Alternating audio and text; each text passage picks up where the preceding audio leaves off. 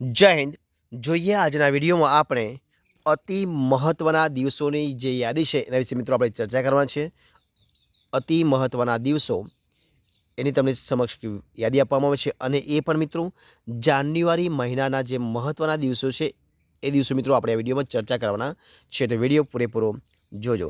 શરૂઆત કરીએ વિડીયોની। જોઈએ પહેલો પોઈન્ટ તમારી સમક્ષ જો શું છે કે 9 જાન્યુઆરી મિત્રો કયું 9મી જાન્યુઆરી કયા દિવસ તરીકે ઓળખાય છે? તો 9મી જાન્યુઆરી એ મિત્રો અપ્રવાસી ભારતીય દિવસ તરીકે ઓળખાય છે। કયા? અપ્રવાસી ભારતીય દિવસ તરીકે 9 જાન્યુઆરીને ઓળખવામાં આવે છે। ત્યારબાદ 10મી જાન્યુઆરી મિત્રો, તો 10મી જાન્યુઆરી વિશ્વ હાસ્ય દિવસ તરીકે, કયા દિવસ તરીકે? વિશ્વ હાસ્ય દિવસ તરીકે 10મી જાન્યુઆરીને ઓળખવામાં આવે છે। 12મી જાન્યુઆરી, તો 12મી જાન્યુઆરી મિત્રો રાષ્ટ્રીય યુવા દિવસ તરીકે, 12 જાન્યુઆરી રાષ્ટ્રીય યુવા દિવસ તરીકે ઓળખવામાં આવે છે।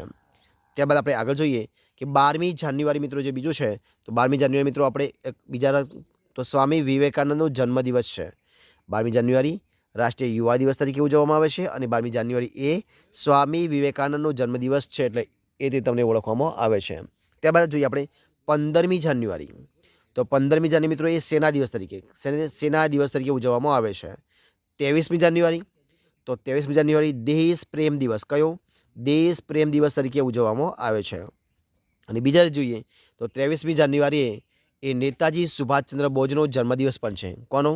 નેતાજી સુભાષચંદ્ર બોઝનો જન્મદિવસ પણ 23મી જાન્યુઆરી થયો હતો, એટલે એના દિવસ તરીકે ઉજવવામાં આવે છે। 25મી જાન્યુઆરી મિત્રો, તો ભારત પ્રવાસી દિવસ તરીકે, 25 જાન્યુઆરી ભારત પ્રવાસી દિવસ તરીકે ઉજવવામાં આવે છે। ત્યારબાદ આપણે આગળ જોઈએ 26મી જાન્યુઆરી, કઈ? 26મી જાન્યુઆરી, તો મિત્રો 26મી જાન્યુઆરી એ આપણો ગણતંત્ર દિવસ છે, એટલે કે આંતરરાષ્ટ્રીય કસ્ટમસ ગણતંત્ર દિવસ તો ખરો જ, પરંતુ આંતરરાષ્ટ્રીય કસ્ટમસ દિવસ તરીકે ઉજવવામાં આવે છે। ત્યારબાદ 28મી જાન્યુઆરી, તો મિત્રો એ લાલા લજપતરાયનો જન્મદિવસ છે। 28મી જાન્યુઆરી લાલા લજપતરાયનો જન્મદિવસ છે। 30મી જાન્યુઆરી જોઈએ આપણે, 30મી જાન્યુઆરી શહીદ દિવસ, વિશ્વ ફ્રૂટ નિવારણ દિવસ તરીકે ઉજવવામાં આવે। કયો? શહીદ દિવસ, વિશ્વ કુષ્ઠ દિવસ નિવારણ તરીકે ઉજવવામાં આવે છે। 30મી જાન્યુઆરી મિત્રો આપણે જોઈએ તો 30મી જાન્યુઆરી મહાત્મા ગાંધી, 30મી જાન્યુઆરી મહાત્મા ગાંધી પુણ્યતિથિ તરીકે ઉજવવામાં આવે છે।